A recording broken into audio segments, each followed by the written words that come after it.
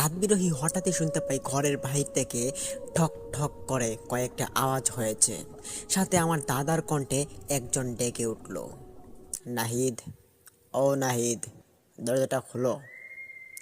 ডাক শুনে আমার দাদাকে চিনতে পারলাম এবং ভাবলাম হয়তো দাদা রাত করে ঘরে এসেছে। তখনই দরজাটার পাশে গিয়ে দাঁড়াই এবং দরজার কেওয়ারটা খুলে দেই। খোলার পর দেখতে পারি দাদা আমার দাঁড়িয়ে আছে ঘরের সামনে এবং ওনার হাতে একটি বড় রকমের আয়না রয়েছে। আয়নাটা দেখেই আমার খুব খটকা লাগলো এবং দাদাকে জিজ্ঞেস করলাম, দাদা, আপনি তো রাত্রে করে আমাদের বাড়িতে এসেছেন কেন এবং আপনার হাতে এত বড় আয়না কেন? এই আয়নাটা কার? দাদা তখন হা করে আমার মুখের দিকে তাকিয়ে আছে এবং কিছু কথা না বলতে দেখে আমি আবারও জিজ্ঞেস করলাম, দাদা, আপনার হাতে এটা কার আয়না? তখন দাদা বলে যে, সরো সরো সরো, আমাকে ঢুকতে দাও ঘরের ভিতরে। এই কথা বলতে বলতে দাদা তার শরীরের সবটুকু শক্তি দিয়ে আমাকে জোর করে একটা ধাক্কা মারে। ধাক্কাটা খেয়ে আমি পিছনে পড়ে যাই। তখনই আমার দাদা ঘরের ভিতরে প্রবেশ করে এবং আয়নাটা আমাদের একটি টেবিলে রেখে দেয়। তখনই আমি মাটি থেকে উঠে এসে দাদাকে জিজ্ঞেস করি। ততক্ষণে আমাদের ঘরের সবাই ঘুম থেকে উঠে পড়েছে। ঘরের লাইটটা অন করার পরে দেখতে পারি দাদার শরীর খুব ঘেমে আছে এবং তিনি মনে হচ্ছে খুব ক্লান্ত অবস্থায় কোনো জায়গা থেকে দৌড়ানি খেয়ে এসেছেন। দাদাকে জিজ্ঞেস করলাম, দাদা, আপনার কি হয়েছে, আমাদের খুলে বলুন। তখন দাদা তার হাতের ইশারায় আমাদেরকে আয়নাটা দেখাচ্ছে এবং বলছেন যে, আয়নাটা আজকে থেকে তোমাদের ঘরে রেখে দাও, আয়নাটা তোমাদের অনেক কাজে আসবে। এই বলে দাদা তার কথা শেষ করে ঘর থেকে বের হয়ে সোজা রমরমা করে হাঁটা শুরু করে দিয়েছেন ওনার বাড়ির উদ্দেশ্যে। এই আয়নাটা রাখার পর আমাদের সঙ্গে এমন ভয়ানক ঘটনা ঘটে যায়। তবে কেই বা জানতো যে এই আয়নাটার প্রভাবে আমাদের এরকম ঘরে আমাদের পরিবারে এরকম ঘটনা ঘটবে। যদি জানতাম তাহলে আয়নাটাকে সেদিনই ভেঙে দিতাম এবং না হলে দাদার সঙ্গে ফিরিয়ে দিতাম। আয়নাটাকে দাদা আমাদের ঘরে একটি সেফ জায়গায় রেখে যায় এবং বলে যে তোমাদের প্রয়োজন হতে পারে। এই আয়নাটার মধ্যে মাস বিরোহী মতো আমরা দেখাশোনা করেছি এবং আয়নাটার মধ্যে আমাদের চেহারা দেখেছি। অনেকে ঘরের মানুষ চুলও আঁচড়িয়েছে এবং ওই আয়নাটার মধ্যে কিছুই কেউ লক্ষণীয় দেখতে পায়নি।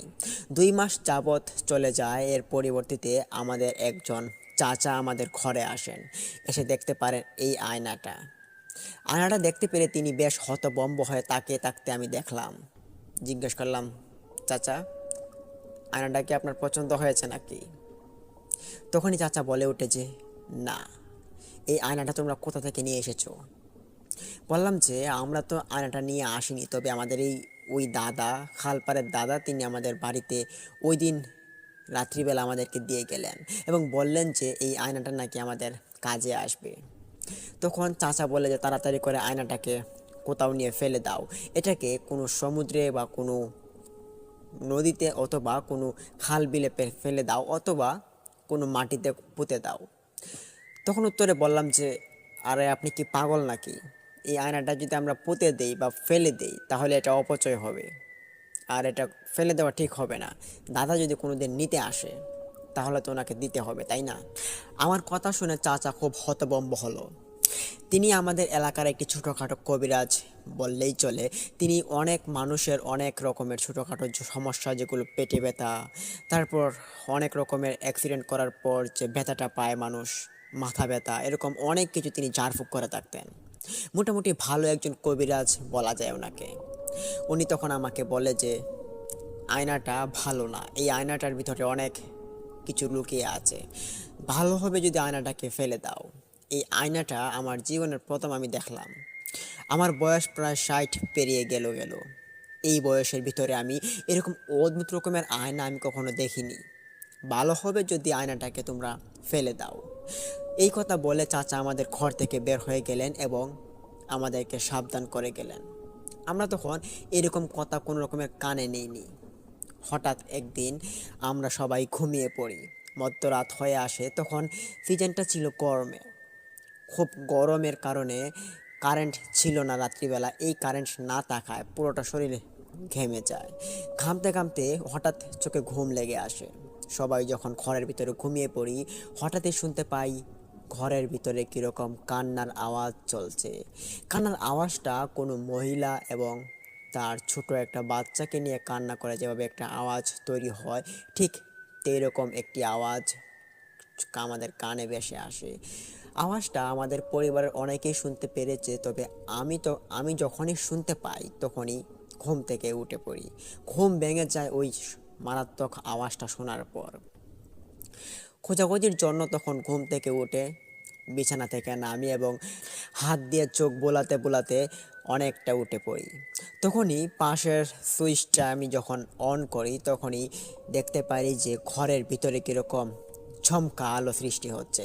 এটা কি আমার মনের কোনো ভুল ছিল কি না কোনো সত্যি কাহিনী ছিল সেটা ধরা খুব মুশকিল হয়েছিল। তখন আমি দেখতে পারি যে ঘরের ভিতরে লাইটের আলো একবার জ্বলছে এবং একবার নিভছে, এবং আশপাশ কেন্দ্রিক কীরকম অদ্ভুত রকমের আওয়াজ ভেসে আসছে। খানিকক্ষণে আমি এখানে অজ্ঞান হয়ে যাওয়ার মতো অবস্থা। একটা চিৎকার দিই সজোরে ঘরের ভিতরে। তখনই ঘরের মানুষ সকলে উঠে পড়েন এবং কিছু মানুষ শুনতে পেরেছেন এরকম আওয়াজ, কান্নার আওয়াজ, এবং তার সঙ্গে ছোট একটা বাচ্চা কান্না করছে। শুনতে পেরে সবাই ভয় পায় এবং আমার এরকম অবস্থা দেখে সবাই ভয়ে বিমূঢ় হয়ে পড়ে। লাইট অন করে সবাই আমাকে সান্ত্বনা দিচ্ছে, বলছে যে ওসব কিছু না, ঘুমিয়ে পড়ো। এই বলতে বলতে সারা রাতের ঘুম হারাম হয়ে যায়। তখন আমাদের পরিবারের লোকজন আলোচনা করছে, আমি শুনতে পারি যে ঘরের ভিতরে তারাও শুনতে পেরেছে যে এরকম অদ্ভুত রকমের কান্নার আওয়াজ। সবাই তখন চিন্তায় মগ্ন, এরকম কান্নাটা কে কাঁদলো? এরকম মহিলা এবং এরকম বাচ্চার আওয়াজ তো আমাদের পরিবারের লোকজন আগে কখনো শুনেনি, আমরাও শুনিনি এরকম ঘটনা, এবং এরকম ঘটনার সম্মুখীন কেউ কোনোদিন হয়নি। এখন হঠাৎ করে কি এমন উদয় হলো যার কারণে রাত্রিবেলা রাতবির হয়ে অনেক মানুষই শুনতে পেরেছে এরকম ঘটনা। প্রথম দিনের ঘটনাটা কেউ মাথায় না নিলেও দ্বিতীয় দিনের ঘটনাটা অনেককে ভাবায়, তৃতীয় দিনের ঘটনাটা অনেককে রাতের ঘুম হারাম করে দেয়। এবং পরদিন দিন যাচ্ছে আশপাশের মানুষজনও শুনতে পায় এরকম কান্নার আওয়াজ, এবং ছোট বাচ্চাও সাথে কান্না করছে। এই আওয়াজটুকু খুব ভয়ানক এবং বেশ মারাত্মক আওয়াজ। শুনতে পেরে সবাই বিমূঢ় হয়ে পড়ে ভয়ের একটা ধাপে, এবং মনে হচ্ছে বাড়ির আশপাশ কেন্দ্রিক কোনো জিন বা কোনো প্রেতের আবির্ভাব ঘটেছে, এরকম ধারণা সবাই করে থাকে। মাসখানিক পার হয়ে যায় এরকম ভয়ে ভয়ে রাত্রিবেলা কান্নার আওয়াজ শুনতে শুনতে। হঠাৎ আমার একটি বড় ভাই, তার বয়স আনুমানিক 27 কি 28 হবে, সে থাকে আমাদের ঘরের অন্য পাশে একটি রুমে। সে ওই রুম থেকে সেদিন 11টার পর কি ভেবে আমাদের ঘরে এসে প্রবেশ করলো, এবং ঘরে প্রবেশ করে সে ভাত খাওয়ার জন্য আম্মুকে বলল, এবং আম্মু তখনই উঠে বলল যে যা ঘরে যা, ভাত নিয়ে আসছি। কি মনে করে সে ওই আয়নাটার সামনে গেল এবং আয়নাটার সামনে গিয়ে তার মাথার চুলগুলো আঁচড়ানো শুরু করলো। তার মাথায় সরিষার তেল ঢেলে দিল অনেকটা। হঠাৎই তার চোখে দেখতে পারে নাকি আয়নার ভিতরে একটি মহিলা এবং একটি ছোট্ট বাচ্চা বসে আছে, এবং ওখানে কোনো রকমের সিন নেই, কোনো রকমের ভয়ঙ্কর আতঙ্কের কোনো হাতছানি রয়েছে। এটা দেখতে পেরে সে অনেকটা অবাক হয় এবং পিছন দিকে চলে আসে। পিছনে এসে সে হতভম্ব হতে হতে কথা বলতে পারে না, মুখ দিয়ে সে বলছে যে আয়নার ভিতরে একটি মহিলা এবং একটি ছোট বাচ্চার আবির্ভাব ঘটেছে। তার কথা শুনতে পেরে বেশ কাকতালীয় মনে হলো যে আয়নার ভিতরে কি কোনো মহিলা এবং কোনো বাচ্চা ছেলের আবির্ভাব আদৌ কি ঘটতে পারে। সবাই চিন্তা করতে করতে আয়নার সামনে গিয়ে দাঁড়াই এবং গিয়ে দেখতে পারি যে না, আয়নার ভিতরে কেউ নেই, এবং আয়নাটা স্পষ্টভাবে ভালো করে পড়ে আছে। তখন বললাম যে হয়তো আপনার মনের ভুল, এবং সবাই বলে বোঝালাম যে এটা হয়তো তোমার মনের ভুল। তবে তার ওই দিন রাতের ঘুম হারাম হয়ে যায়। সে সারা রাত ঘুমায়নি, সে সারা রাত উঠোনে পাহারা দিয়েছে এবং উঠোনের মধ্যে সে হাঁটাহাঁটি করছে। তার সঙ্গে ভাবলাম যে আমিও হয়তো হাঁটাহাঁটি করলে তার একটু ভালো লাগবে, তাকে সান্ত্বনা স্বরূপ যদি কিছু বোঝাতে পারি। খানিকক্ষণ পর শুনতে পারি মধ্যরাত হয়ে আসছে, রাত 1টার উপরে বাজে। তখনই ওই কান্নার আওয়াজটা ভেসে আসছে আমাদের কানে। তখন ঘরের সবাই ঘুমাচ্ছে, আমি আর আমার বড় ভাই দুজন সজাগ। কান্নার আওয়াজটুকু শুনতে পেরে আমার বড় ভাই তার ভয়ের শরীরটুকু নিয়ে আমাকে এসে চেপে ধরে এবং বলে যে শুনতে পাচ্ছিস কিছু আওয়াজ? তখনই বললাম যে হ্যাঁ, শুনতে পারছি। এটা কোথা থেকে আসছে? আশপাশ ঘোরাঘুরি করলাম, কিন্তু সব দিক ঘোরাঘুরির পর আমরা বুঝতে পারলাম যে আমাদের ঘরের ভিতর থেকে এইরকম আওয়াজ আসছে। বুঝতে পেরেই বেশ অবাক লাগলো এবং খটকা মন নিয়ে আমরা বিমোহিত হয়ে পড়ি। ভাবলাম ঘরের ভিতরে এরকম কান্নার আওয়াজ কেন আসছে এবং ঘরের ভিতরে কেই বা কাঁদছে। আমরা তখন তদন্তের জন্য ঘরের দরজাটা খুলে ফেলি এবং ঘরের ভিতর প্রবেশ করি। ঘরের ভিতরে লাইটটা অন করি। তখনই ঘরের ভিতরে আমার বড় ভাই যে চৌকাঠের তলাগুলো ছিল এবং আশপাশ যে ছোট ছোট জায়গাগুলো ছিল সবগুলো সে দেখাশোনা করছে, কিন্তু কোনো রকমের হদিশ পাওয়া যাচ্ছে না। হঠাৎ আমার চোখ যায় ওই আয়নার ভিতরের দিকে। দেখতে পারি আয়নার সামনে একটি লাল বর্ণের চক্ষুমুখী একটি মাথা হাউমাউ করে তাকিয়ে আছে আমাদের ঘরের মধ্যভাগের দিকে। দেখতে পেরে বেশ অবাক লাগলো এবং মনের ভুল ভেবে চোখগুলো আবারও বুলিয়ে নেই এবং আবারও তাকাই, দেখতে পারি না, এবার কোনো চোখের ভুল নেই। এটা সত্যি সত্যি আমি দেখতে পারছি আয়নার ভিতরে একটি ছায়ামূর্তির প্রভাব ঘটেছে এবং সেই ছায়ামূর্তির মুখমণ্ডলে একটি লাল বর্ণের চোখ এবং একটি নাক বিদ্যমান রয়েছে। তার মুখের কোনো অস্তিত্ব দেখা যাচ্ছে না আয়নার ভিতরে। দেখতে পেরে এক চিৎকার দিলাম। চিৎকার শুনে আমার ঘরের লোকজন সবাই উঠে পড়ে এবং সবাই এসে আয়নার নিকট তাকায়। তখনই দেখতে পারে যে আয়নাটা মাটিতে পড়ে ভেঙে গেছে। আয়নাটার আকস্মিক ভেঙে যাওয়া দেখে সবাই ভয় পায় এবং ভাবে যে এই আয়নাটাকে তো কেউ ধাক্কা দেয়নি এবং এই আয়নাটা এমন জায়গায় সেভ করা ছিল একটি টেবিলের উপরে। এই টেবিল থেকে তো মাটিতে পড়ে যাওয়ার মতো কথা নয়। তবে এটা কে করলো? এটা কেন হলো? সবাই এটা নিয়ে ঘুরপাক খাচ্ছে। ঘুরপাক খেতে খেতে রাতের ঘুম হারাম সবার। সবাই তখন এই বিষয় নিয়ে আলাপ আলোচনা শুরু করে দেই। ভাবলাম কাল সকালবেলা কোনো ভালো কবিরাজ বা কোনো ভালো ইমাম সাহেবকে ডেকে এনে আমাদের ঘরটা ঝাড়ফুঁক করে দেব, যদি এতে কোনো মুক্তি পাওয়া যায় এবং এতে কোনো রকমের স্বস্তি পাওয়া যায়, এইটা ভেবে। পরদিন সকালবেলা সবার ঘুম ছই ছই ভাব আসে, যদিও রাত্রিবেলা কেউ ঘুমাতে পারিনি। ঘুম আসতেই দেখতে পারি সবাই একে একে করে ঘুমিয়ে যাচ্ছে। হঠাৎই আমারও চোখে কীভাবে ঘুম এসে পড়ে নিজেও বলতে পারলাম না। ঘুমিয়ে পড়ি, হঠাৎই শুনতে পারি জোহরের আজান পড়ছে। অনেকটা দেরি হয়ে যায় আমাদের। দেখতে পারি ঘরের দরজা হা করে খোলা এবং সবাই ঘুমাচ্ছে। মনে হচ্ছে সবার অনেকটা ঘুম পেয়েছে এবং এই ঘুমের প্রভাবে সবাই ঘুমিয়ে যাচ্ছে। এত ঘুম কিসের, ভাবলাম আমি। তখনই আয়নাটার দিকে আবারও লক্ষ্য করি। দেখি যে আয়নাটা মাটিতে পড়া অবস্থায় আর নেই। আয়নাটাকে দেখতে পারি আবারও সেই আগের মতো টেবিলের উপরে ভালোভাবে রাখা আছে। আয়নাটা কোনো রকমের ভাঙার স্পষ্ট কোনো রকমের দাগ নেই, কোনো রকমের বিচ্ছিন্নভাবে যে ভেঙে গিয়েছে এটারও কোনো প্রমাণস্বরূপ কোনো কাচের টুকরাও মাটিতে আর পড়ে নেই। দেখতে পেরে অনেক অবাক লাগলো এবং মনে খটকা নিয়ে সবাইকে ডাক দিলাম ঘরের। সবাই এক এক করে উঠলো এবং উঠে সবাই একই দৃশ্য দেখতে পারে যে আয়নাটা আর ভাঙা অবস্থায় নেই। আয়নাটা এখন জোরালো অবস্থায় আছে এবং এই আয়নাটা খুব ভালোই আছে, আগের মতোই আছে। দেখতে পেরে বেশ অবাক হয় সবাই। কেউ আয়নাটার দিকে আর যায় না, আয়নাটার দিকেও কেউ আর তাকায় না, ভাবে যদি কোনো রকমের ক্ষতি হয়ে পড়ে।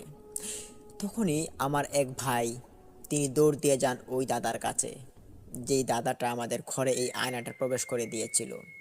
গিয়ে ওনাকে বেশ গালাগালি করে এবং গালাগালির পর বললেন যে আয়নাটাকে নিয়ে আসার জন্য আমাদের ঘর থেকে। তখন দাদা খুব অট্টহাসি দেন।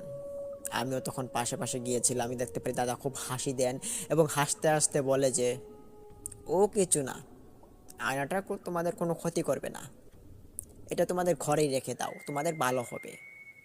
বলতেই বলতে সে হাসা শুরু করে দিল। দাদাটা একটু পাগলা টাইপের ছিল। ছোটবেলা থেকেই তার মাথায় একটা ফিট ছিল, যেটার কারণে অনেকটা পাগলামি করত। কয়দিন ভালো কয়দিন মন্দ এবং কয়দিন পাগলামিতে মেতে থাকতো সে। তার বিয়ে হয়েছে কিন্তু কোনো রকমের বাচ্চা হয়নি। তার এরকম পাগলামি কারণে নাকি তার মায়ের একটি দোষ ছিল। একদিন পূর্ণিমার রাতে তাকে নিয়ে ঘর থেকে বের হয় এবং একটি জিনের আবির্ভাব ঘটে তার শরীরে। এরপর থেকে নাকি সে এরকম। যাই হোক, সেই দাদাকে গিয়ে ডাকাডাকি করার পর মনে হচ্ছে তার ভিতরে আবারও সেই আগের পাগলামিটা প্রবেশ করেছে। তখন তার কাছ থেকে এই আয়নাটার আর কোনো রকমের তথ্য বা কোনো রকমের কথাবার্তা জানতে না পেরে আমরা ওখান থেকে বাড়িতে চলে আসি। বাড়িতে এসে সবাইকে বললাম যে দাদাটার মনে হয় পাগলামির সিটটা আবারও বেড়ে গিয়েছে। ওনার কাছ থেকে জানতে পারলাম না। এখন আমাদের ভালো কোনো কবিরাজ বা কোনো ভালো ইমাম সাহেব ধরা ছাড়া আর কোনো রকমের রাস্তা বাকি নেই। ভাবতে ভাবতে হঠাৎই আমার একজন চাচি বলে উঠল যে পাশের গ্রামের আবু আনোয়ার নামের একজন ভালো কবিরাজ আছে। ওই কবিরাজ নাকি অনেক রকমের জিন নিয়ে তিনি বসবাস করেন। ওই জিনবন্দি পিশাচ অনেক কিছু নাকি ওই কবিরাজের সঙ্গে লিপ্তমান। শুনতে পেরে বেশ অবাক লাগলো এবং তিনি বললেন যে ওই কবিরাজকে যদি আমরা এই কাজের কথা বলি বা এরকম ঘটনার কথা বলি, তাহলে তিনি ভালো একটা পর্যায়ে আমাদেরকে নিয়ে যেতে পারবেন এবং এরকম ঘটনা থেকে তিনি আমাদেরকে মুক্ত দিতে পারবেন। শুনতে পেরে আর কোনো রকমের দেরি করলাম না। আমি আর আমার বড় ভাই দুজন মিলে চলে গেলাম ওই কবিরাজের বাড়িতে। কবিরাজ গিয়ে দেখতে পারি বেশ যজ্ঞে লিপ্ত, ওনার আশপাশে অনেক সার্গিতরা বসে আছে এবং মনে হচ্ছে খুব ভালো একটি কাজে তারা ব্যস্ত। তখন গিয়ে ডাক দিলেন আমার বড় ভাই, ও চাচা, আমার বাড়িতে একটু আসেন। আমার বাড়িতে অনেক খারাপ ঘটনা ঘটছে। একটি আয়না আমার দাদা প্রবেশ করিয়েছে এবং ওই আয়নাটার কারণেই আমাদের বাড়িতে অনেক রকমের খারাপ ঘটনা ঘটছে। একটি মহিলা কান্না করে ডেইলি এবং দুদিন ধরে বেশ অবাক করা বিষয় হচ্ছে। চলুন আপনি আমাদের বাড়িতে, বলল ভাই। ভাইয়ের কথা শুনে ওই কবিরাজ চোখ খুলে তাকালো এবং বলল, কি বললি? আয়না? এই আয়নাটা কীরকম দেখতে? তখন আয়নাটার পুরো রকমের বিবরণ সব কিছু খুলে বলা হলো। আয়নাটার বিবরণ শোনার সাথে সাথেই কবিরাজ লাফ দিয়ে তার বসা থেকে উঠে পড়ল এবং হাঁ করে তাকিয়েছিল আমার বড় ভাইয়ের মুখের দিকে। হাঁ করে তাকানো দেখে বড় ভাই ভয় পায় এবং জিজ্ঞেস করে যে, কি হলো চাচা, আপনি আমার দিকে এবার তাকিয়ে আছেন কেন? ভাইয়ের শরীর দেখতে পেলাম থরথর করে কাঁপা শুরু করে দিয়েছে। এত সাহসী একজন ভাই তার শরীর এভাবে কাঁপতে পারে, এটা আমার জীবনের প্রথম দেখা ছিল। তখন ভাইকে বলল যে চল, তাদের বাড়িতে আমাকে নিয়ে চল। এই বলতে বলতে হাঁটা শুরু করে দিলাম বাড়ির উদ্দেশ্যে। তখন বাড়িতে আসে এবং এসে কবিরাজ যখনই আমাদের বাড়ির সীমানায় পা রাখে তখনই কবিরাজ হিচকে পড়ে যায় বাড়ি থেকে অনেকটা দূরে। তখন হিচকে পড়ে যাওয়াতে দেখতে পারি কবিরাজের হাত পায়ের ছাল চলে গিয়েছে এবং হাত পা দিয়ে রক্ত গড়াচ্ছে। কবিরাজের হাত পা কাপড় দিয়ে বেঁধে দিই এবং তাকে আবারও বাড়িতে নিয়ে আসার চেষ্টা করি, কিন্তু দ্বিতীয়বারও সেম একই ঘটনা কবিরাজের সঙ্গে ঘটে যাচ্ছে। কবিরাজকে আবারও হিচড়ে ফেলে দেওয়া হচ্ছে কোনো এক অদ্ভুত শক্তি।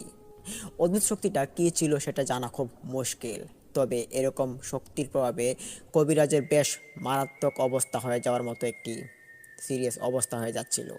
তখন কবিরাজ হার মানে 2-3 বার যখন উড়ে পড়ে যায়, বলে যে আমি এরকম কাজ সামাল দিতে পারবো না, আমি এখন চলে যাই, আর তোমাদের এই কাজটুকু আমি করতে পারবো না। ভালো কোনো কবিরাজ পেলে তোমরা তাকে নিয়ে এসো। এই বলতে বলতে কবিরাজ তার জানটুকু নিয়ে দৌড় দিয়ে পালালো আমাদের বাড়ি থেকে। বাট এখানে একটি চিন্তার বিষয় হচ্ছে যে কবিরাজ কী কারণে এরকম ঘটনা ঘটেছে কবিরাজের সঙ্গে? আমরাও তো মানুষ ছিলাম, তবে আমাদের সঙ্গে কেন এরকম নয়? কবিরাজের সঙ্গে কীরকম কেন এরকম হয়, এটা চিন্তা করছিলাম আমরা সবাই মিলে। আস্তে আস্তে করে রাত গড়িয়ে আসে, রাতের আঁধারে সব ডুবে যাচ্ছে। তখনই আয়নাটার দিকে একটি পর্দা টাঙিয়ে দেওয়া হয়। বলল যে, আমার মা বলল আয়নাটার দিকে আর কেউ আসবা না এবং আয়নাটার দিকে কেউ চেহারা দেখার জন্য এসো না। এই বলে আয়নাটাকে একবারে ঢেকে দিল। ঢেকে দিলেই কি এটা থেকে বাঁচাটা এতটাই সহজ ছিল? আমাদের ধারণাটা কি এতটাই ভুল ছিল যে বুঝতেই পারিনি? তখন রাত বিরোহী অনেক গভীর হয়ে পড়ে। ঘরের ভিতরে সবাই ঘুমাতে যাচ্ছে। খাওয়া দাওয়ার পরই সবাই শুনতে পায় একটা চিৎকার ভেসে এসেছে আমাদের ঘরের ভিতর থেকে। যদিও খাবার দাবারের ঘর ছিল আরেকটি অন্য পাশে। ওই পাশের ঘরে সবাই ছিলাম, তখনই শুনতে পাই আমাদের বড় ঘরের ভিতর থেকে একটি শব্দ। শব্দটা শোনার পর সবাই দৌড় দিয়ে আসি এবং এসে আবারও একই অবস্থা দেখতে পারি যে কিছু নেই। তবে আয়নাটা থরো থরো করে কাঁপা শুরু করে দিয়েছে। আয়নার কাঁপুনি দেখে আমাদের অনেক ভয় লাগে এবং এখান থেকে আবারও চলে যাই রান্নাঘরে খাবার খাওয়ার উদ্দেশ্যে। খাবার খাওয়ার সময় আমার মা ঘরে আসে এবং আমার মা একটা চিৎকার শুনতে পাই খানিকক্ষণ পর, এবং ঘরে এসে দেখতে পারি যে তিনি সেন্সলেস হয়ে পড়ে আছে। হাসপাতাল নিয়ে যাওয়া হয় তৎক্ষণাৎ এবং গিয়ে দেখতে পারি তিনি বেশ ভয়ের ভিতরে তিনি সেন্সলেস হয়েছেন। ডাক্তার বলে উনি খুব ভালো ভয় পেয়েছেন, যার কারণে তিনি সেন্সলেস হয়ে পড়েন। খানিকক্ষণ পর রাত 3টা বাজে জ্ঞান ফিরেছেন আমার মায়ের। জিজ্ঞেস করা হলে বলে যে আয়নার ভিতর থেকে নাকি একটি লম্বা কুচকুচে কালো হাত বেরিয়ে এসেছে ঘরের ভিতরে, এবং ওই হাত নাকি ওনাকে চেপে ধরার জন্য বেঁধেছে এবং ওনাকে খুব বাজেভাবে একটি শব্দ ইউজ করেছে যেটা তিনি কিছুই বুঝেননি। এবং তিনি আরও বলেছেন যে এইটা নাকি বেশ ভয়ানক দেখতে ছিল এবং লম্বা লম্বা চুলও ছিল, মাথার মধ্যে চোখ ছিল লাল বর্ণের আগুন আকৃতির। এরকম বর্ণনা শোনার পর আমাদের অনেক ভয় লাগে এবং এই বাড়িতে যাওয়ার আর ইচ্ছেটাই আমাদের মরে যায়।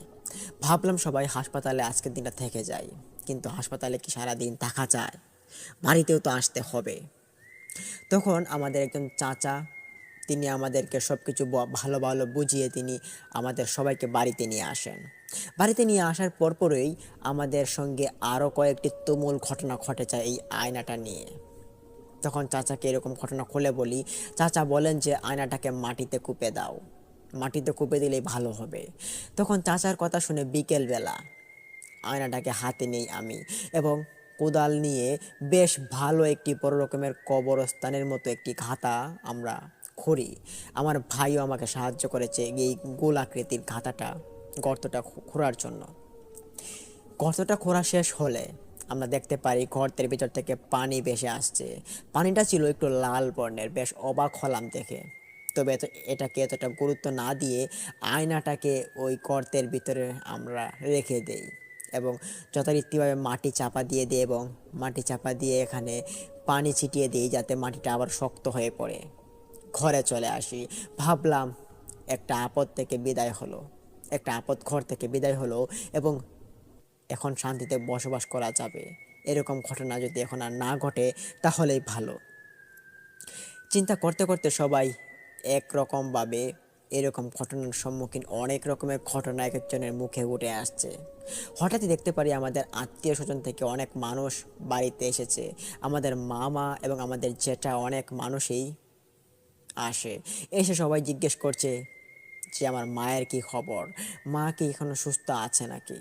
মায়ের অসুস্থতার কথা শুনে অনেক মানুষই দেখতে আসেন এবং সবাই এরকম ঘটনা শুনেন।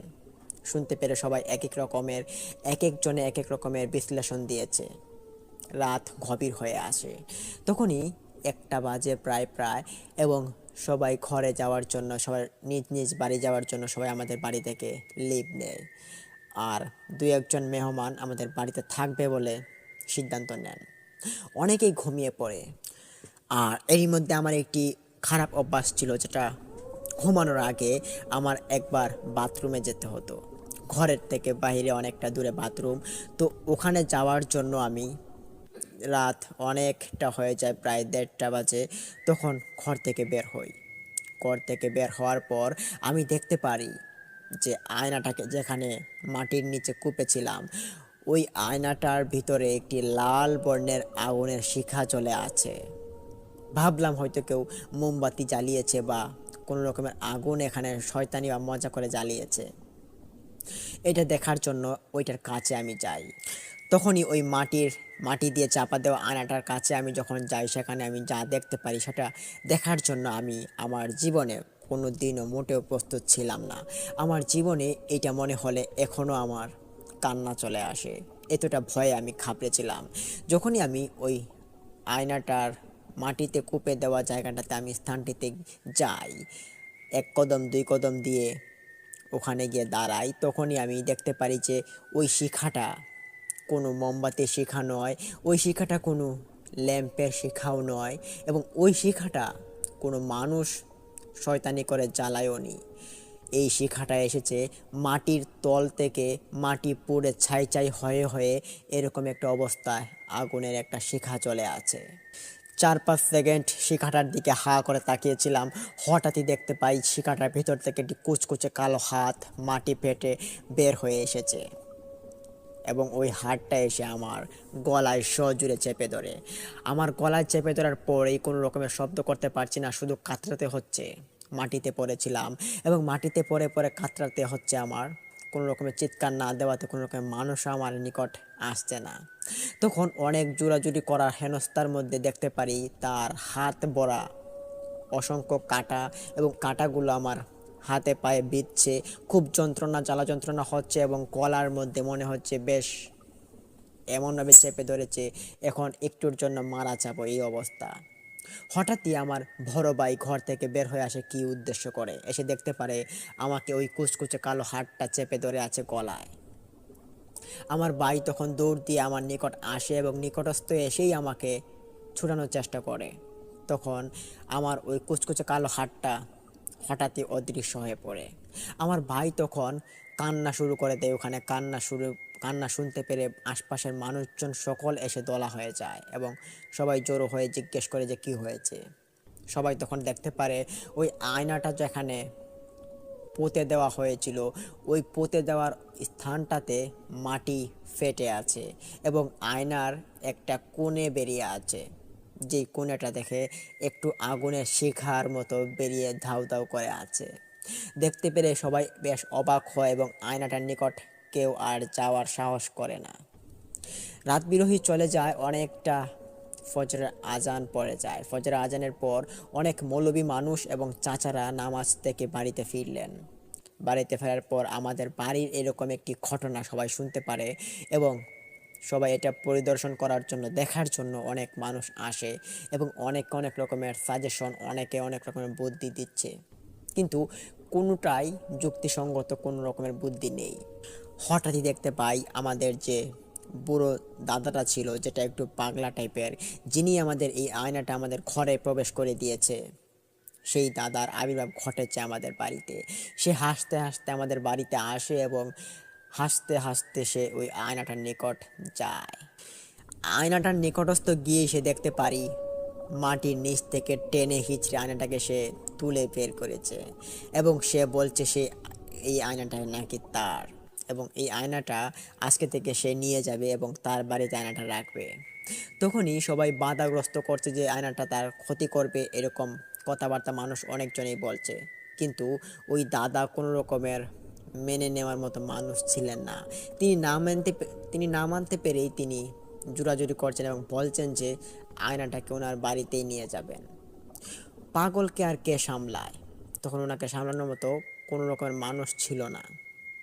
সামলাতে না পেরে ওনাকে ছেড়ে দেওয়া হলো, এবং তিনি ঘর থেকে বের হয়ে যান আয়নাটা নিয়ে। ওই দিন রাত্রিবেলা আমাদের বাড়িতে আর কোনো রকমের ঘটনা ঘটেনি।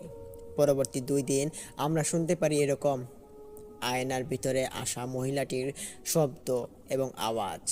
2 দিন পর আমরা শুনতে পারি যে দাদার বাড়ির আশপাশে 2-1টা ভালো ফ্যামিলির বাড়ি ছিল, যাদের মধ্যে একজন এখানে ভাড়াটিয়া ছিল এবং আরেকজন স্থানীয় ছিল। তারা রাত্রিবেলা ঘুমাতে পারে না এরকম আওয়াজ শোনার পর। কান্নার আওয়াজ, গুনগুনানি আওয়াজ, এবং খুব ভয়ানকভাবে বাজে বিকট আওয়াজ, এগুলো অনেকে শুনতে পেরে ভয় পায় এবং ঘুমাতে পারে না। কমপ্লেন করে আমাদের এলাকার মেম্বারের কাছে। তখন মেম্বার আসে এবং আয়নাটার তদন্ত করতে থাকে, কিন্তু আয়নাটাকে দাদা কোনোভাবে ছাড়তে রাজি নন। তিনি বলেন যে ওই আয়নাটা ওনার জীবন মরণ, এবং আয়নাটা ওনার সঙ্গে রাখবেন সব সময়, কাউকে দিবেন না তিনি। শুনতে পেরে সবাই অবাক হয় এবং ভাবেন হয়তো পাগলের শেষ সীমা এতটুকুই ছিল, এবং এই আয়নাটা হতে পারে তার সঙ্গে কোনো সামঞ্জস্য রয়েছে, যার কারণেই সে এই আয়নাটাকে এতটা অনুপ্রাণিত করে এবং আয়নাটার নিকট সে এতটা আয়নাকে ভালোবাসে। তো আয়নাটার ভিতরে কি রহস্য ছিল সেটা দেখার জন্য এলাকার মেম্বার ভালো একজন কবিরাজের নিকট যায়, ভালো কিছু ইমাম তিনি নিয়ে আসেন। দেখতে পারি সন্ধ্যার সময় ৫-৬ জন আলেম এবং ২-১ জন কবিরাজ আমাদের দাদার বাড়িতে আবির্ভাব ঘটেছে। তারা এসেছে এবং ওই আয়নাটাকে পরিদর্শন করার জন্য, আয়নাটার ভিতরে কি রয়েছে, তার কি রহস্য, এইটা বের করার জন্য সবাই আসে এবং যথারীতিভাবে দাদার কাছ থেকে জোর করে আয়নাটাকে সবাই নিয়ে নেওয়ার চেষ্টা করছে। কিন্তু ওই পাগল আকৃতির দাদা তিনি কখনোই ওই আয়নাটা কাউকে দেবেন না এই সম্বোধন জানায়। হঠাৎই একজন কবিরাজ কি এক মন্ত্রবল পড়ে, মন্ত্রবলের প্রভাবে দাদার জ্ঞান হারিয়ে ফেলে। হঠাৎই জ্ঞান হারিয়ে ফেলার পরপরই আয়নাটা মাটিতে পড়ে পড়ে যায়। এরকম একটা অবস্থায় একটি ইমাম সাহেব তিনি দৌড় দিয়ে আয়নাটাকে ধরে ফেলেন। আয়নাটাকে ধরে ফেলার পর ইমাম সাহেব দেখতে পারলাম তিনি একটু হেঁচটকে পিছনে পড়ে যান। যেই না কবিরাজ ধরেছেন, কবিরাজও একই অবস্থার সম্মুখীন হয়, সেও পিছনে হোঁচটকে পড়ে যায়। কিন্তু মানুষ ধরার পর মানুষের সঙ্গে এরকম কোনো রকমের ঘটনা ঘটে না। আয়নাটার ব্যাপারে অনেক জানাজানি হয়, পুরো এলাকার মানুষজন জানতে পারে এবং ওই দরবারের ভিতরে এলাকার অধিকাংশ মানুষই এখানে ভিড় করে এবং এত মানুষ এখানে হয়েছে যেটা বলার বাইরে। তো দাদার জ্ঞান হারিয়ে অবস্থায় ওনাকে ঘরে ফেলে রাখা হয় এবং আয়নাটাকে নিয়ে তদন্ত করার চেষ্টা করছে। হঠাৎই একজন কবিরাজ তার কি এক যোগ্য বলে সে বলে ওঠে, আয়নার ভিতরে ২-১টা জিনের প্রভাব ঘটেছে এবং ওই জিনগুলো এই আয়নাটার সম্মুখীন হয়েছে। আয়নাটা একটি পুরনো আয়না, এটি শতাধিক আগের একটি আয়না, যে আয়নাটা রাজার আমলে ব্যবহার করা হয়ে থাকতো। এটি সম্ভবত কোনো পুকুরের নিচে বা কোনো জলসমুদ্রের নিচে ছিল, যেটি উদ্ধার করে নিয়ে এসেছে এই লোকটি। এবং কোথা থেকে আয়নাটি নিয়ে এসেছে, কোথা থেকেই বা সে পেল, এটা কেই বা জানে। এটা আর কাউকে বলে বোঝানো যায়নি এবং কেউ বলতে পারেনি। তার পরবর্তীতে দাদাকে যখন জ্ঞান ফেরানো হয়, দাদা তখন অনেক কিছু জিজ্ঞেস করা হয়, দাদা তখন আর কিছু বলতে পারেন না, তিনি পাগলামি টাইপের হয়ে যায়। এরই মধ্যে আরেকটি ঘটনা যেটা করা হয়, ওই আয়নাটাকে যজ্ঞ শেষ করার পর কবিরাজ এবং ইমাম সাহেব এবং মেম্বার আরও ভালো ভালো কিছু লোকের উদ্দেশ্যে তাদের এক সহমতে আয়নাটাকে ভাবলেন পাশের একটি গাং, ওই গাঙে তারা আয়নাটাকে ফেলে দিবেন। এবার যেতেই যায়, যেখানেই যায় আয়নাটি চলে যাক, আমাদের এই গ্রাম থেকে মুক্ত পাক। তখন সন্ধ্যার পরপরই তারা সবাই রওনা দেন এবং আয়নাটাকে গিয়ে ওখান থেকে ফেলে দিয়ে আসেন। তার পরবর্তীতেও যখন আয়নাটা ফেলে দিয়ে এসে দাদাকে জিজ্ঞেস করা হয় যে আপনি আয়নাটা বিষয়ে কী জানেন, আমাদেরকে বলুন, কিন্তু তিনি কিছুই বলছেন না, তিনি বলার মতো কোনো রকমের সেন্সেই ছিলেন না। এভাবে ২-১ দিন সময় কেটে যায়, কারোর সঙ্গে এরকম কোনো রকমের খারাপ ঘটনা ঘটে না। ৩ দিন চলে যাওয়ার পর ওই দাদা হঠাৎ মৃত্যু হয়। দাদা তখন ঘরের ভিতরে মরে পড়েছিল, কেউ দেখেনি। হয়তো কোন সময় মারা গিয়েছিল এটা কেউ বলতে পারেনি। আগের দিন রাত্রিবেলা নাকি অনেকে দেখেছে, বাট সকাল থেকে কেউ দেখেনি। বিকেলবেলা দেখতে পারি আমরা গিয়ে তার ঘরে সে পড়ে আছে। দেখতে পারি একটি ছোট বাচ্চা, তার চিৎকার শুনে অনেক মানুষ এখানে গিয়ে জড়ো হয় এবং দেখতে পারে তিনি মারা গিয়েছেন। উনি মারা যাওয়াটা বেশ রহস্যময় এবং কৌতূহলী একটি জিনিস এখানে বিদ্যমান ছিল এই আয়নাটার বিষয়ে। এই আয়নাটার বিষয়ে অনেক কবিরাজ অনেক ধারণা দিয়েছেন যে এই আয়নাটার কারণেই নাকি এই চাচা, এই দাদার এরকম ঘটনা ঘটেছে এবং দাদার এই পর্যালোচনা এবং দাদার ছোটোবেলার যে জিনের প্রভাব, এগুলো সবাই জানতো। সবাই এই বিষয়গুলো জানার পর কারোরা বুঝতে বাকি নেই যে ছোটোবেলার জিনই হতে পারে আজকের এই শেষ পরিণতি এই দাদার সঙ্গে এরকম ঘটনা না ঘটলেও পারতো। তো ভাগ্যের এমন একটি পরিহাসের দ্বারায় দাদা হেরে গেলেন এবং আমাদের অনেক ক্ষতি হয়েছিল, যদিও সেটা আর এখন হয় না, এটা পুরোটা বিলুপ্তি পেয়েছে। লিসেনার্স, এই ছিল ঘটনাটি কেমন লাগলো? ভালো লাগলে ভিডিওতে লাইক দিন, কমেন্ট করুন, শেয়ার করে বন্ধুদের মাঝে ছড়িয়ে দিন এবং অবশ্যই আমাদের এই ইউটিউব চ্যানেলটিকে সাবস্ক্রাইব করে পাশে থাকা বেল আইকনটি অন করুন। লিসেনার্স, এই মুহূর্তে আপনাদের মাঝে আমি এখন বিদায় নিচ্ছি। ততক্ষণ সবাই ভালো থাকুন, সুস্থ থাকুন। আসসালামু আলাইকুম।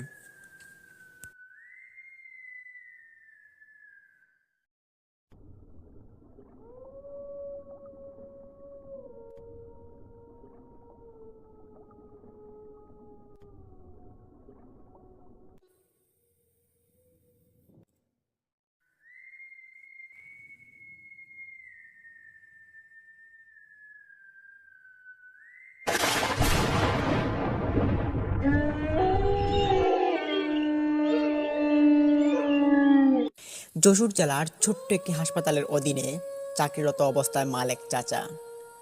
অনেকদিন যাবৎ ওখানে চাকরিরত অবস্থায় তিনি আছেন। এমন একটি ঘোর অন্ধকারের দিন চলে আসে, যে দিনটির জন্য মালেক চাচার মৃত্যুতে পরিণত হতে হয়।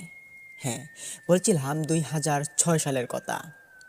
এটি মালেক চাচার সঙ্গে একটি ভয়াবহ ঘটনা ঘটে যায়, যে ঘটনার প্রভাবে ওনার মৃত্যু ঘটে। ঘটনাটি ইমেল করে পাঠিয়েছেন মালেক চাচার এক নাতনি। ওনার সঙ্গে আমার বন্ধুত্বের পরিচয়, যার কারণেই এই ঘটনাটি আজকে আপনাদের মাঝে আমি নিয়ে আসতে পেরেছি।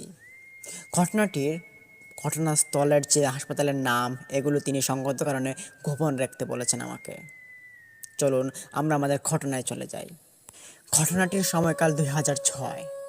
রাত বিরোহী সময়ে যারা নাইট গার্ডে ডিউটি করে তাদের চোখে অনেক কিছু পড়ে এবং অনেক কিছুর সম্মুখীন তাদের হতে হয়। সেরকম একটি ঘটনার সম্মুখীন হয় আমার দাদা। আমার দাদা একজন ভালো মানুষ ছিলেন, সরল একজন মানুষ। তখন আমার বয়স 11 কি 12 বছর, সদ্য কিশোরে পা রাখলাম। তখন অনেক কিছু জানি এবং বুঝি। হঠাৎ একদিন শীতের মৌসুম পড়ে পড়ে এমন একটি অবস্থায় আমার দাদার ডিউটির জন্য তিনি বাড়ি থেকে বের হবেন। আমার বাবা একজন ফল ব্যবসায়ী ছিলেন এবং এর সুবাদে আমার দাদা একটি হাসপাতালের মধ্যে ছোটোখাটো একটি চাকরি করতেন, নাইট গার্ডের। বেতন বেশি না হওয়াতেও সময়টা কাটানোর জন্য ওনাকে এই চাকরিতে দেওয়া হয় এবং তিনি এই আগ্রহমূলকভাবে তিনি এই চাকরিটা করতেন। রাত্রি রাত্রিবেলা প্রায় 8টা কি 9টার দিকে তিনি বাড়ি থেকে বের হয়ে যেতেন এবং সকাল 6টা কি 7টার দিকে আবারও বাড়িতে ফিরে আসতেন। প্রতিদিনের মতোই তিনি একদিন আমাদের ঘর থেকে বের হয়ে যান। আমার মায়ের সঙ্গে কথা বললেন যে আজকে যাচ্ছি, দেখি কালকে বেতন দেবে এবং এই বেতনটা নিয়ে আসবো একবারে, একটু দেরি হতে পারে। এই বলে খাওয়া দাওয়ার পর তিনি ঘর থেকে বের হয়ে গেলেন। ঘর থেকে বের হচ্ছেন আর এরই মধ্যে ওনার মুখ থেকে অসম্ভব রকমের একটি ভাষা তিনি ইউজ করলেন, যেটা আমরা কোনোদিন বুঝতে পারিনি। ওনার ভাষাটা এমন একটি কথা ছিল যেটা আমরা বুঝতে না পারাতে হাসাহাসি করে উড়িয়ে দিই। তখন দাদা পিছন ঘুরে আমাদের দিকে রাগান্বিত অবস্থায় তাকিয়ে তিনি ঘর থেকে বের হয়ে যান এবং আমরা একটু চিন্তায় পড়ে যাই। তখন আর দাদাকে ঘরে পাওয়া যায় না, তিনি চলে যান ওনার ডিউটির উদ্দেশ্যে। রাত্রিবেলা বাবা আসার পর এরকম ঘটনা খুলে বলেন। তখন এটাকে ট্রল মনে করে সবাই ছেড়ে দেই এবং সবাই ঘুমিয়ে পড়ি। এরই মধ্যে আরও একটি কথা যেটি বলে রাখা ভালো, আমার দাদার সঙ্গে আমাদের বাড়ির পাশের একজন চাচা, তিনি ওই হাসপাতালের পাশে একটি ছোট্ট দোকানে নাইটে ডিউটি করতেন এবং তিনি ওই দোকানের মধ্যে তিনি দোকানদারিও করতেন এবং আশপাশের দোকানগুলোকে পাহারাও দিতেন। এমত অবস্থায় তারা দুজনের রাত্রিবেলা একসাথেই দেখাশোনা হতো। তারা দুজন মিলে একসঙ্গে কথাবার্তা বলতো অনেকক্ষণ রাত্রিবেলা, যদিও রাত্রিবেলা তাদের কোনো রকমের কাজের প্রেশার থাকতো না এবং রাত্রিবেলা এতটা কাজ নেই, যার কারণে তারা একটু আলাপ আলোচনায় বেশি করতেন সজাগ থাকার জন্য। হঠাৎই আমার দাদা শুনতে পান ওনার যে ডিউটির কর্মসংস্থান ছিলেন, যেটা ছোট হাসপাতালের খানিকটা দূরে মর্গ অবস্থিত এবং ওই মর্গটা ছোটোখাটো একটা মর্গ। ওই মর্গের মধ্যে মানুষের লাশ কাটা হতো এবং অনেক মানুষের পোস্টমর্টমের কাজও এখানে হয়ে থাকতো। ডাক্তার বেশি ভালো না হওয়াতে এখানে খুব কমেই এরকম কাজকর্ম হতো। সরকারি হাসপাতাল ছিল অনেকটা দূর, যার সুবাদে এখানে এই হাসপাতালটা অনেকটা চলমান অবস্থায় ছিল এবং মর্গটাও অনেকটা চলতো। হঠাৎই দাদা শুনতে পান রাত তখন 2টা বাজে, মর্গের ভিতরে কিছু একটা প্রবেশ করেছে। দাদা তখন স্পষ্ট ভাষায় তিনি বুঝতে পারলেন এটা কোনো মানুষ হতে পারে, মর্গের ভিতর প্রবেশ করেছে। তখন দাদা চোর ভাবলো এবং চোর ভেবে তিনি ওদিকে এগোতে লাগলেন। তখন দাদার হাতে 1 কাপ চা নিয়ে তিনি বসেছিলেন চেয়ারে। ঠান্ডা বাতাস আর নিস্তব্ধতার মাঝেও তিনি অভ্যস্ত, কিন্তু আজকের রাতটা কেমন যেন অদ্ভুত লাগছে। মর্গের লাইটগুলো কিছুক্ষণ পর পর হালকা ঝাপসা হয়ে আসছে, আবার জ্বলে উঠছে। এদিকে একটি লোকের সমাগম হয়েছে মর্গের পাশ দিয়ে। হঠাৎ করেই দরজার বাইরে খটখট আওয়াজ। তিনি ভাবলেন হয়তো বিড়াল হবে, না নয়তো কোনো মানুষ হবে, আর যে মানুষটা ওখানে গিয়েছে সেই মানুষটা হতে পারে। কিন্তু দরজার নিচে দিয়ে একটা দীর্ঘ ছায়া তিনি দেখতে পেলেন। বিষয়টা অস্বাভাবিক ঠেকলো ওনার কাছে। তখন তিনি মর্গের আশপাশ ঘিরে ঘিরে তিনি ঘোরাফেরা করেন এবং কিছু দেখার উদ্দেশ্যে তিনি রহস্য উন্মোচন করার জন্য ওখানে হাঁটাহাঁটি করেন, খোঁজাখুঁজি করেন, কিন্তু ফলপ্রসূ কোনো কিছু তিনি খুঁজে পাননি। 5 মিনিট 7 মিনিট তিনি ওখানে খোঁজাখুঁজি করার পরও যখন কিছু পাননি, তখন তিনি মনের ভুল ভেবে ওখান থেকে চলে আসেন এবং চাচার সঙ্গে গিয়ে বসে পড়েন। হঠাৎই আবারও তিনি দেখতে পারলেন দরজার মধ্যে খটখট আওয়াজ হলো এবং নিচ দিয়ে অস্বাভাবিক একটি বিরল ছায়া তিনি দেখতে পারলেন। বিষয়টা আবারও অস্বাভাবিক মনে হলো আমার দাদার কাছে। তখন চাচাকে বলবেন বলবেন বলে দেখতে পারলেন চাচা পাশে নেই, তিনি দোকানের পাশে চলে গিয়েছেন, হয়তো প্রস্রাব করার জন্য গিয়েছেন। তখন দাদা ওই মর্গের পাশে তিনি চলে আসেন আবারও। এসে তিনি ধীরে ধীরে দরজাটা খুলতেই বাইরে কিছুই নেই, কিন্তু আশ্চর্যজনকভাবে কোল্ড স্টোরেজের ভিতর থেকে একটা চাপা শব্দ আসছে, যেন কেউ ফিস ফিস করছে।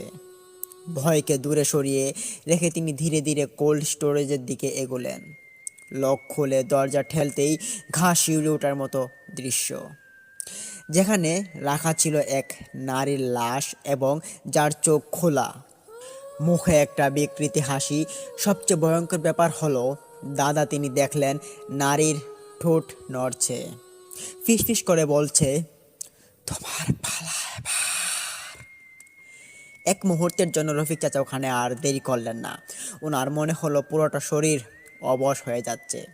এতটা ভয়ের ভিতরে তিনি মর্গ থেকে দৌড় দিয়ে বের হয়ে আসলেন এবং চাচার কাছে গিয়ে তিনি পৌঁছান।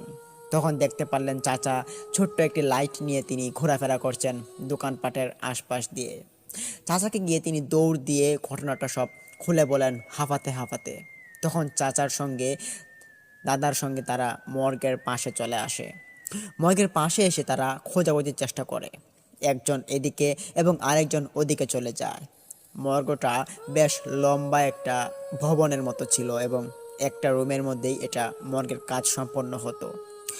তখন দাদা আস্তে আস্তে করে হাঁটতে হাঁটতে কোল্ড স্টোরেজের দিকে আবারও তিনি এগোন এবং এগিয়ে তিনি ওখানে কিছু দেখতে পান না। হঠাৎই যখন তিনি পিছন ফিরে তাকান, তখন দাদার পুরো শরীর অবশ হয়ে গেল। এমন একটি দৃশ্য তিনি আবারও দেখতে পারলেন। হঠাৎ করেই চারপাশের বাতাস ভারী হয়ে এলো দাদার আশপাশ ঘিরে। ঘরের তাপমাত্রা এক নিমিষে কয়েক ডিগ্রি কমে গেল। দরজার পেছন থেকে ভারী শ্বাসের শব্দ আসছে। এদিকে যে চাচাকে তিনি নিয়ে এসেছেন, চাচা আর ওনার সঙ্গে নেই। চাচা অন্যদিকে খোঁজাখুঁজির জন্য তিনি চলে গিয়েছেন এবং ভবনটা বেশ বড় হওয়াতে তিনি অন্য কোণে চলে গিয়েছেন। এখান থেকে ঢাক দিলে হয়তো চাচা শুনতে নাও পারেন। তিনি ধীরে ধীরে পেছনে তাকাতেই দেখলেন এক জোড়া রক্তমাখা চোখ, কেউ একজন তার ঠিক পেছনে দাঁড়িয়ে আছে এবং তার ওই রক্তমাখা চোখগুলো ক্রমাগত দাদার নিকট এগিয়ে আসছে। মনে হচ্ছে ফিস ফিস করে ঠোঁটগুলো দিয়ে নড়ছে এবং কিছু একটা বলছে। কথাটা ছিল বেশ, এবার তোর পালা, এরকম একটি কথা ছিল, যেই কথাটি শোনার পর দাদার গা পুরোটা শিউরে ওঠে। তখন দাদা ঘর থেকে মর্গের যে রুমটা ছিল ওইটা থেকে তিনি বের হওয়ার জন্য লাফালাফি শুরু করে দেন। চিৎকার চেঁচামেচিতে অনবরত এখানে কয়েকজন মানুষের সমাগম সৃষ্টি হয়। হাসপাতালের ভিতর থেকে কয়েকটা পেশেন্টের গার্জিয়ান এবং কয়েকজন নার্স দৌড় দিয়ে চলে আসেন। এদিকে যে চাচাটা ছিলেন দাদার সঙ্গে, ওই চাচাও তিনি ওদিক থেকে দৌড় দিয়ে আসেন। এসে দেখতে পারেন ওখানে কয়েকটা নার্স এবং কয়েকটা পেশেন্টের গার্জিয়ান দাঁড়িয়ে আছে। দাদার চিৎকারের শব্দ শুনে এরা এসেছে। দাদা তখন মর্গের দরজাটা আবারও খুলেন এবং খোলার পর সবাই দেখতে পারেন দাদার এই অবস্থা। দাদার পুরো শরীর বেয়ে ঘাম ঝরছে এবং শরীরটা মনে হচ্ছে একবারে ভিজে যাওয়ার মতো অবস্থা। জিজ্ঞেস করলেন যে আপনি কি ভিতরে গোসল করেছেন নাকি, এরকমভাবে শরীর ভিজেছে কেন আপনার? তখন দাদা উত্তরে কিছুই বলতে পারেন না। মনে হচ্ছে ওনার মুখ দিয়ে আর কোনোদিন কথা বের হবে না, এরকম একটা অবস্থা হয়ে যাচ্ছে ওনার সঙ্গে। তখন সান্ত্বনা স্বরূপ একজন নার্স এক গ্লাস পানি নিয়ে আসলেন এবং ওনাকে ধীরে ধীরে বসালেন, মাথাটা হাত বুলিয়ে দিলেন এবং পানিটা পান করার জন্য বললেন। তখন দাদা আস্তে আস্তে করে পানিটা পান করেন এবং খানিকক্ষণ 10 মিনিট পর উনি কথা বলতে পারছেন। তখন উনি সব ঘটনা সবাইকে খুলে বলেন এবং নার্সকে খুলে বলার পর নার্স বলে যে এরকম ঘটনা দেখুন এখানে সচরাচর হয়ে থাকে। এখানে একটি পুরনো নার্স ছিল, যে নার্সটি বলে উঠে যে দেখুন আপনাকে এই মর্গের পাশের যে নাইট গার্ডের ডিউটিটা দেওয়া হয়েছে, এটার কারণবশত যে ঝামেলা, এগুলো আপনাকে আগে থেকে সতর্ক করা হয়েছে। এখন আপনার মতামত নিয়েছে সবাই এবং আপনাকে এই ডিউটি দেওয়া হয়েছে, আর এটা আপনার মানতে হবে। এখানে যদিও কোনো রকমের সমস্যা আগেও হতো, এখনও হয়, তো এর পরবর্তীতে আপনাকে এগুলো মেনেই থাকতে হবে। আর যদি আপনি না চান তাহলে আপনি যেতে পারেন। নার্সের এরকম কথা শুনে আমার চাচা তিনি হতভম্ব হলেন। চাচা তিনি নতুন সদ্য এখানে চাকরিতে এসেছেন দোকানে। তো উনি নার্সকে বললেন যে কী ঘটনা, আমি কি জানতে পারি? তখন নার্স বলে যে আপনার এত কিছু জানতে হবে না, উনি জানেন। এই বলে নার্স এখান থেকে চলে গেলেন এবং আশপাশের গার্জিয়ানরাও এখান থেকে লিভ নিলেন তাদের পেশেন্টের কাছে। হঠাৎই চাচা দাদার সঙ্গে বসে আছেন এবং বসে বসে চিন্তা করছেন।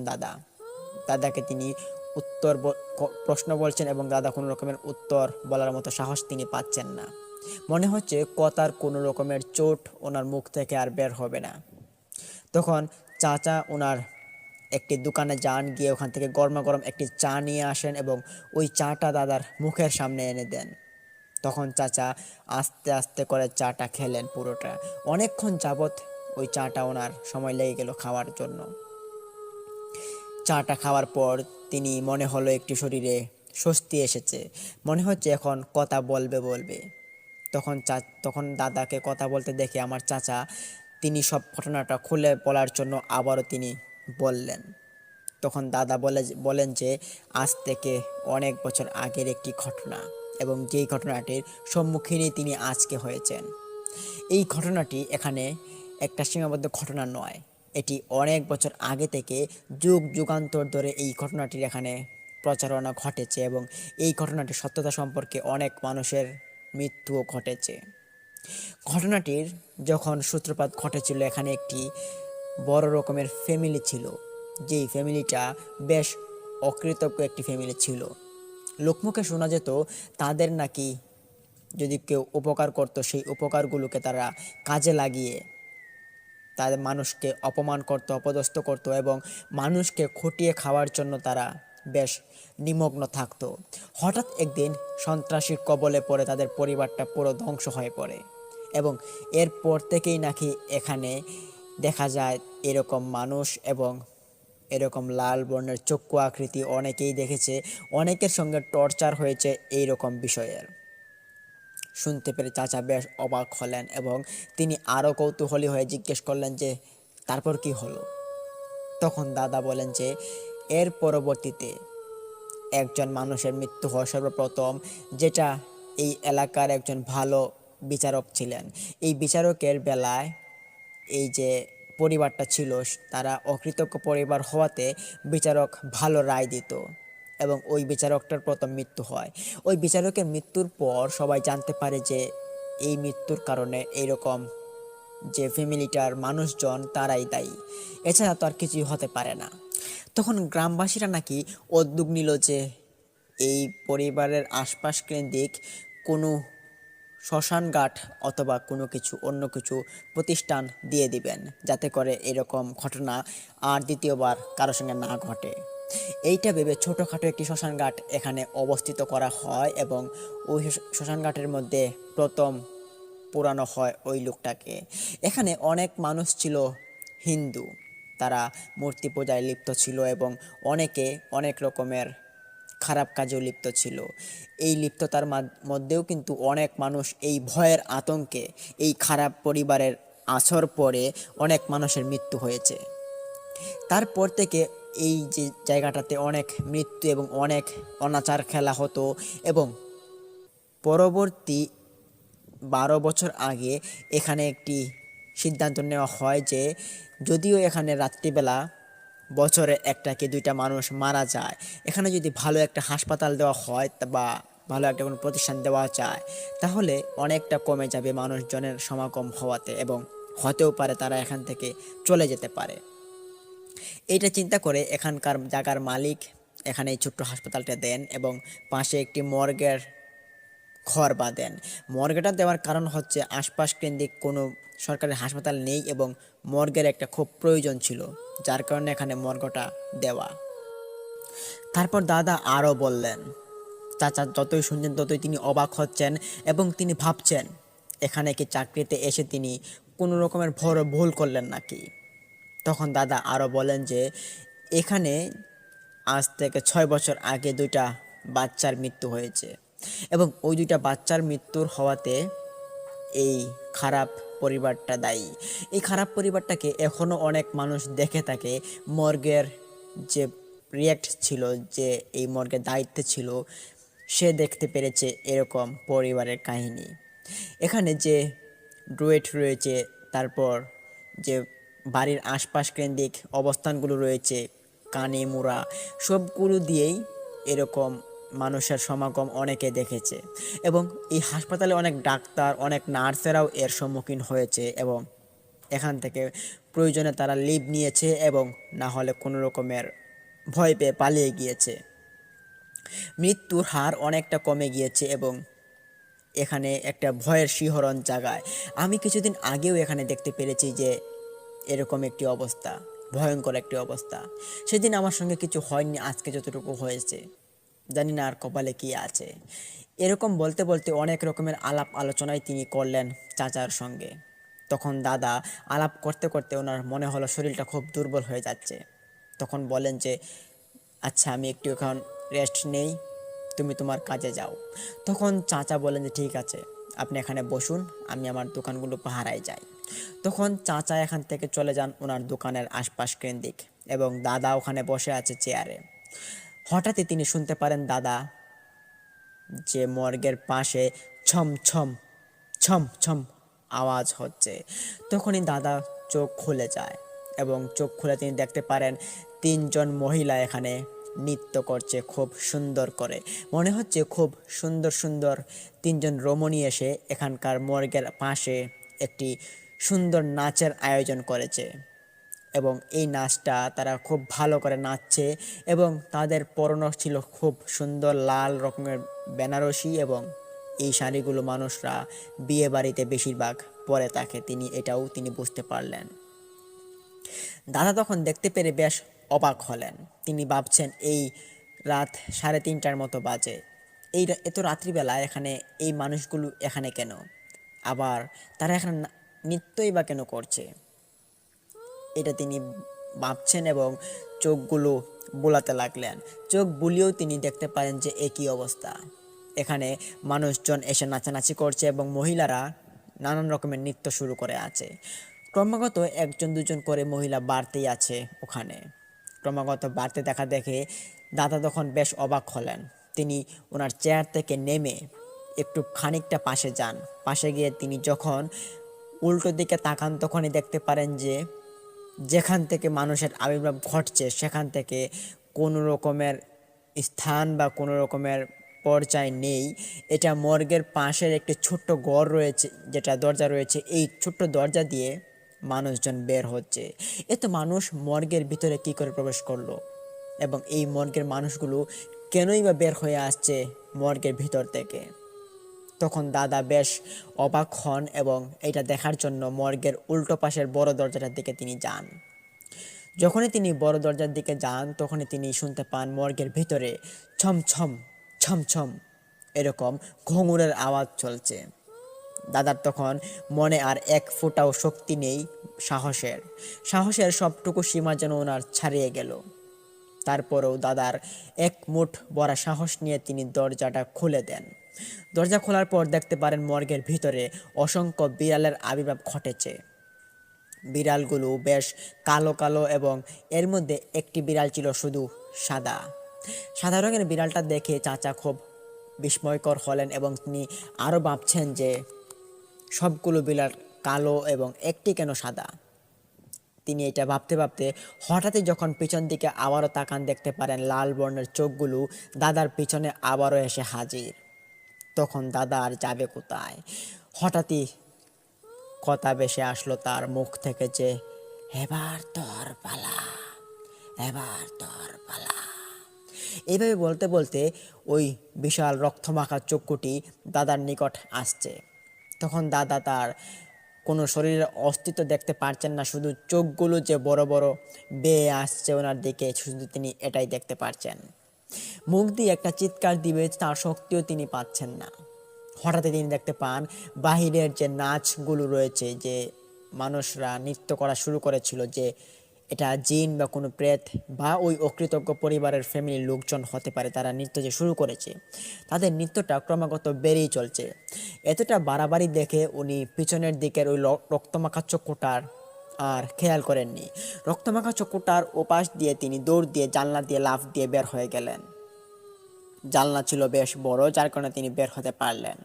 জানলা দিয়ে বের হয়ে তিনি দেখতে পারেন যে যে মহিলাগুলো এখানে নৃত্য করছে সেগুলোর পিছন দিক দিয়ে বিশাল আকৃতির একটি চুল, এবং ওই চুলগুলো, চুলের একটি খোপা মাটিতে বেয়ে আছে, এবং চুল বেয়ে রক্তের শিহরণ বইছে, এবং ওই রক্তগুলো মাটিতে ছুঁইছে, এবং মাটিতে এক একটা রক্তের ছাপ বসে আছে। তবে ছাপগুলো কোনো চুলের ছাপ নয়, এগুলো এক একটা মানুষের হাতের ছাপ হিসেবে মাটিতে বসে আছে, এমনভাবে ঘিতে আছে যেটা খুব ভয়ঙ্কর দেখাচ্ছে, এবং এরকমভাবে ঘেঁটে দেখার মতো অবস্থান নেই, যদিও এটা বেসেছে। তখন দাদা তিনি দেখতে পেরে, আমাবস্যার রাত ছিল, হঠাৎ একটু একটু চাঁদের আলোতে তিনি এটা দেখতে পারছেন। এরই মধ্যে শীতের বেলা হওয়াতে অনেকটা কুয়াশার ভিতরে এটা অনেকটা ঢেকে যাচ্ছে। তখন দাদা আস্তে আস্তে করে চুপি চুপি সরে এখান থেকে সরে যাওয়ার জন্য রওনা শুরু করেন। হঠাৎই তিনি অনুভব করতে পারেন যে মাটির নিচ থেকে ওনার পা যেন আটকে গিয়েছে। তখন দাদা মাটির নিচে তাকান এবং ওনার পায়ের থাকা স্যান্ডেলটা তিনি জোরক্রমে ছোটাতে শুরু করেন। তিনি যখন এই স্যান্ডেলটাকে ছোটাতে পারছেন না, এই ভেবে তিনি স্যান্ডেলটাই মাটিতে ফেলে দেন, এবং স্যান্ডেল থেকে পাগুলো বের করে তিনি দৌড় শুরু করে দেন। 3 কাইক 4 কাইক দেওয়ার পরই দাদার দু পা মাটিতে আটকে যায়। এখন তো আর জুতা নেই, এখন কি ছাড়িয়ে তিনি এখান থেকে চলে যাবেন? কোনো কিছু ছাড়িয়ে যে চলে যাবে এটার মতো কোনো পজিশনও নেই আর। তখন দাদা ওখানে চিৎকার দেওয়ার মতো অবস্থানে নেই, ওনার মুখের যে জবানটুকু ছিল সেটা বন্ধ হয়ে গিয়েছে। আর দাদার এই আকস্মিক ঘটনা দেখে যে একটু শব্দ হচ্ছিল, এই শব্দের প্রভাবে চাচা তিনি দৌড়ে আসেন। এসে দেখতে পারেন দাদার পাগুলো মাটিতে আটকে আছে, মনে হচ্ছে মাটির নিচ থেকে কেউ একজন চেপে ধরে আছে। তখন চাচা ওখানে চিৎকার শুরু করে দেন, এবং চিৎকার শুনে আবারও হাসপাতালের ভিতর থেকে অনেক মানুষ বের হয়ে আসেন, এবং মানুষজন এসে তিনি ওনাকে দেখেন যে এরকম অবস্থায় তিনি পড়ে আছেন, এবং জিজ্ঞেস করা হয় কিভাবে কি হয়েছে। তখন আর কিছু বলার বাকি থাকে না। তখন চাচা সব কিছু খুলে বলেন এবং বলেন যে ওনাকে তাড়াতাড়ি আপনাদের বেডরুমে নেন এবং ওনাকে চিকিৎসা দেন, তাড়াতাড়ি করে নিন, আর ওনার শরীরে একটা স্যালাইনের প্রয়োজন হতে পারে। এই এই বলে চাচা আমার দাদাকে কাঁধে করে নিলেন, এবং সঙ্গে আরও একজন পুরুষ নার্স, যেটা আমার দাদাকে সাহায্য করেছেন যে উপরে নিয়ে যাওয়ার জন্য। দোতলা একটি ভবন ছিল হাসপাতালের, ওখানে নিয়ে যাওয়া হয় এবং দাদাকে একটি বেডে শুইয়ে দেওয়া হয়। পরদিন সকালবেলা ফজরের আজানের পর আমার বাবা শুনতে পারেন আমার দাদার এই অবস্থা। তখন ঘর থেকে সবাই মিলে বের হয়ে যাওয়ার উদ্দেশ্যে রওনা দেই, আর তখনই দেখতে পারি যে আমাদের ঘরের ভিতরে অনেক কিছুই আসবাবপত্র ভেঙে গিয়েছে, যে আসবাবপত্রগুলো না ভেঙে যাওয়ার মতোই ছিল, তবে এগুলো ভেঙে গিয়েছে। আকস্মিক পরিবর্তনটা আমাদের বাবা মায়ের নিকট অনেকটা ভাবায়। রাত্রিবেলা যখন ওনারা এরকম শব্দ শুনতে পারেন, কাঁচ ভাঙলে নাকি অনেক ক্ষতি হতে পারে, এবং আরও অনেক কিছু আছে যেটা সমস্যা হলে আরেক সমস্যা হয়, এরকম অনেক কিছুই ঘটে যাওয়ার প্রভাবে তারা ভাবেন যে আজকে না জানি কোন রকমের কাল হয়ে দাঁড়াচ্ছে আমাদের জীবনে। যেই ভাবনা সেই কাজ। সকালবেলা যখন আমরা শুনতে পারি তখনই হাসপাতাল যাই, গিয়ে দেখতে পারি দাদার মুখ দিয়ে আর কোনো রকমের শব্দ বের হচ্ছে না। দাদা কোনো রকমের কথা বলতে পারছেন না, তিনি হাসপাতালের বেডে শুয়ে আছেন।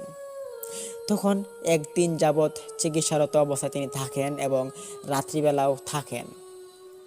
তখন আমি যাই আমার দাদার কাছে, গিয়ে দাদাকে সেবা যত্নে রাখি, এবং রাত্রিবেলা আমি থাকবো বলে এবং আমার সঙ্গে আমার একজন চাচি থাকবেন এই বলে সবাইকে বাড়ি পাঠিয়ে দেই। হঠাৎই রাত্রি প্রায় 2টার উপরে বাজে, আবারও দাদার জ্ঞান ফিরে। তখন দাদা তিনি কথা বলতে পারছেন। হঠাৎই শুনতে পাই বলছে, এই আমাকে ছেড়ে দে, আমাকে ছেড়ে দে, বাইরে যেতে দে, আমাকে যেতে দে। এই বলতে বলতে দাদা সজোরে লাফ দিয়ে ওঠেন এবং এক কাইক দুই কাইক করে তিনি হাসপাতালের ভিতর থেকে বের হয়ে যাওয়ার উদ্দেশ্যে তিনি রওনা দেন। তখনই পেছন থেকে আমি দাদার হাতটুকু চেপে ধরি এবং বলি যে, দাদা তুমি বাইরে যেও না, তোমার বিপদ হবে। তখন কে বা কার কথা শুনে?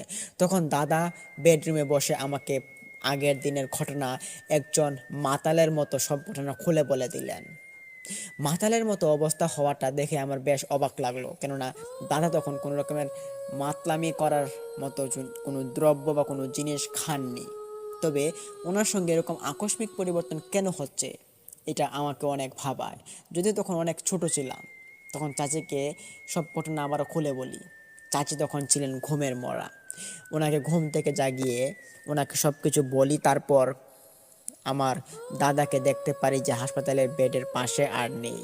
2 সেকেন্ডের ভিতরে দাদা তখন কোথায় হারিয়ে গেলেন আর খুঁজে পাচ্ছি না। হঠাৎ আমার চাচি বলেন যে, চল তো গিয়ে বাইরে দেখে আসি। তখন বাইরে যে বাথরুম ছিল, তারপর আশপাশে ওয়াশরুম ছিল, ওগুলো খোঁজাখুঁজির পরও দাদাকে আমরা দেখতে পাইনি। দেখতে না পেরে আমরা হাসপাতালের ভিতর থেকে নেমে পড়ি এবং দেখতে পারি যে মর্গের পাশে দাদা দাঁড়িয়ে আছেন এবং কার সঙ্গে ফিস ফিস করে আওয়াজ নিয়ে তিনি কথা বলছেন। দেখতে পেরে এক চিৎকার দিয়ে উঠলাম, বললাম, দাদা, ও দাদা, তাড়াতাড়ি এখান থেকে চলে আসো, আপনার ক্ষতি হবে। কিন্তু দাদা কোনো রকমের কথার উত্তর না দিয়েই তিনি ফিস ফিস করে আলাপ করছেন সামনে থাকা কোনো অদৃশ্য ব্যক্তির সঙ্গে। তখন আমি আর আমার চাচি মনে জোরবল নিয়ে দুইজন মিলে হেঁটে হেঁটে যাই দাদার উদ্দেশ্যে। তখন দাদার পিঠে গিয়ে আমরা হাত দিতেই দেখতে পারি দাদা আর নেই। তিনি জ্ঞান হারিয়ে ফেলেছেন এবং আমার চাচির হাতে এসে পড়েছেন। নাতি এবং আমার চাচি দুজন মিলে দাদাকে হাসপাতালে বেডে নিয়ে আসি। কিছুক্ষণ পর ডাক্তার আসে এবং নার্সরা আসে, এসে তারা ঘোষণা দেন যে দাদা আর আমাদের মাঝে বেঁচে নেই। দাদা তখন মারা গিয়েছেন। দাদার মারা যাওয়াতে আমরা ওখানে কান্নার রোল বসিয়ে দেই। বাড়ি থেকে অনেক মানুষজন আসে এবং দেখতে পারে দাদা আর নেই। তখন অনেক মানুষই শোকাহত হন এবং দাদার মৃত্যুর কারণে এই জায়গাটা, এই মর্গটাই দায়ী ছিল এবং এই মর্গের আশপাশ কেন্দ্রিক যে জায়গাটুকু ছিল এবং এরই মধ্যে অনেক মানুষই দেখতে পেরেছে মহিলাদের নৃত্য হয় রাত্রিবেলা, মধ্যরাতে ঘুঙুরের আওয়াজ বেজে ওঠে। এর পরবর্তীতে এই হাসপাতালের মধ্যে যে একটা সিস্টেম ছিল মানুষজন যাওয়া আসা, এটা অনেকটা কমে গিয়েছে। এখন এই যশোর হাসপাতালটা তালাবদ্ধ অবস্থায় আছে। হাসপাতালের অবস্থানটা এবং হাসপাতালের নামটা সঙ্গত কারণে গোপন রেখেছি, কেননা নামটা যদি বলা হয় তাহলে অনেক সমস্যা হতে পারে, যার কারণে আজকের এই হাসপাতালের নামটা গোপন রাখা। অর্থাৎ আমি জানি হাসপাতালের এই নামটা এবং হাসপাতালের সমগ্র ঠিকানায় আমি জানি। যাক, এটা বাদ দিলাম। লিসনার্স, এই ছিল ঘটনা। ঘটনাটি কেমন লাগলো? ঘটনা ভালো লাগলে ভিডিওতে লাইক দিন, কমেন্ট করুন, শেয়ার করে বন্ধুদের মাঝে ছড়িয়ে দিন এবং অবশ্যই আমাদের এই ইউটিউব চ্যানেলটিকে সাবস্ক্রাইব করুন এবং পাশে থাকা বেল আইকনটি অন করুন। লিসেনার্স, কালকে আপনাদের মাঝে আরও একটি লোমহর্ষক একটি ঘটনা আমরা নিয়ে আসব এবং এই ঘটনাটি আশা করি আপনাদের অনেকটা ভালো লাগবে। তাই আপনারা কালকে ঘটনা শুনতে আমাদের চ্যানেলটিকে অবশ্যই আজকে সাবস্ক্রাইব করুন এবং পাশে থাকা বেল আইকনটি অন করে আপনাদের সাথেই রাখুন এবং আমাদের সাথেই থাকুন। লিসেনার্স, এই মুহূর্তে আপনাদের মাঝে আমি বিদায় নিচ্ছি। ততক্ষণ সবাই ভালো থাকুন, সুস্থ থাকুন। আসসালামু আলাইকুম।